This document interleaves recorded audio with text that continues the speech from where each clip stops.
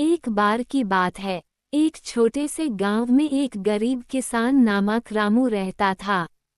उसके पास एक छोटी सी जमीन थी, जिस पर वह दिन रात मेहनत करता था। रामू की फसल हर साल अच्छी होती थी, लेकिन लगातार सूखा और प्राकृतिक आपदाओं के कारण उसकी फसल प्रभावित होती रहती थी।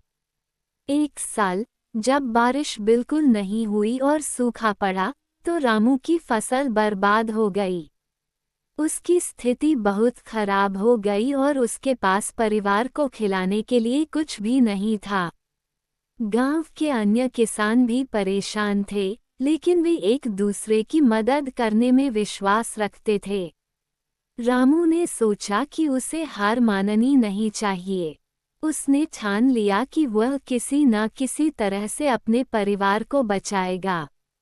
उसने गांव के लोगों से मदद मांगी और सभी ने मिलकर उसकी मदद की। साथ मिलकर उन्होंने एक छोटा सा कुआं खोदा और वहां पानी का स्रोत खोजा। इससे गांव में पानी की समस्या हल हो गई और किसानों को अब फसल की देखभाल के लिए पानी मिल गया।